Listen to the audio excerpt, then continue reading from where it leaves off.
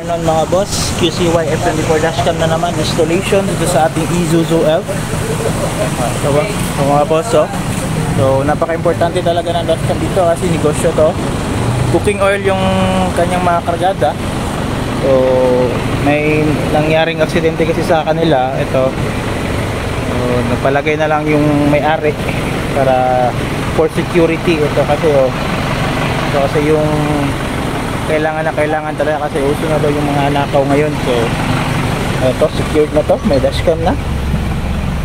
Yung main reason ng may-ari na napakabit yung dashcam kasi nanakawan sila ng kanilang kargada. So ito, head front and rear lang to mga boss, napakagamit na. Yan, rear, yan yung rear kuha niya. Yung sa front, type lang. May split view din to, ito front and rear. So kitang kita na lahat. Meron din tong mga LC ADAS, basically yung mga makabagong sensor ngayon na masasakyan. Ito, equip na to.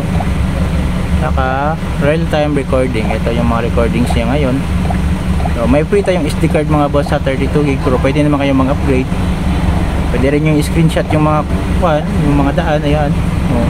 Complete yan mga boss. Ito.